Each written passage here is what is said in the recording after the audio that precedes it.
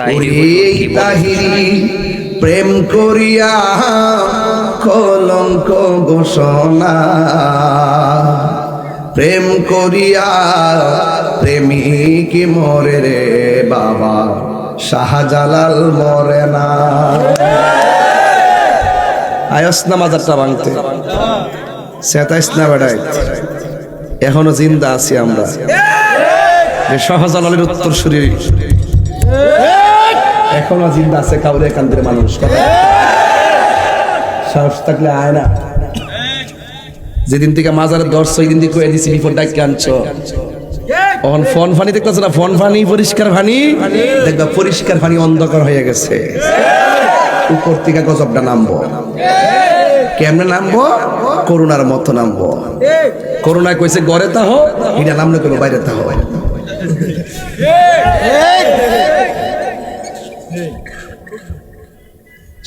সানজে টান দিছি কি আবার ফতুয়া দেন আপনারা? আবার ফতুয়াবাজি করতেন না তো?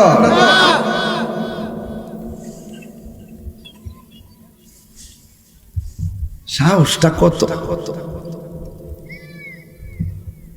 সব সাহাবীরা লাইন ধরে দাঁড়ায় গেছে। আল্লাহু আকবার বলেন রে। সব সাহাবীরা লাইন ধরে দাঁড়ায় গেছে। ওই মুহূর্তে আমার নবী, আপনার নবী আসলেন গুরুস্থানের ভিতরে। এবার সাহাবীরা অপলক দৃষ্টিতে তাকায় রইলেন, না জানি রে ওই আযাবের কবরের পাড়ায় সে কেডা দাঁড়ায়। সুবহানাল্লাহ বলেন না?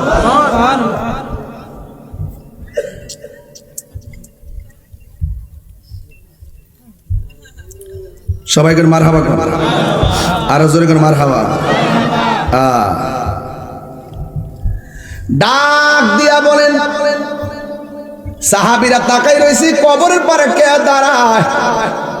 ওই সাহাবীরা তাকায় দেখতেছেন কবরের পারে ইয়াং ছেলে আসে নাই, ইয়াং মেয়ে আসে নাই, একদম বুড়া একটা মহিলা লাঠি বর কইরা কইরা ওই কবরের পারে আইসা থরথর করে দাঁড়ায় রয়েছে। মহিলার জিগায় কেন আইলেন? ওই আমি আসছি রাহমাতুল লিল আলামিন আদেশ করেছে।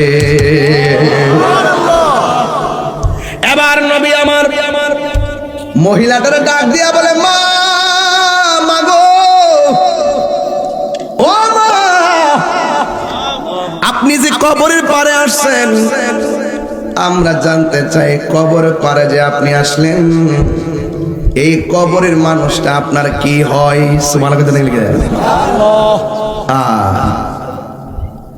ওই কবরের মানুষটা আপনার কি হয়?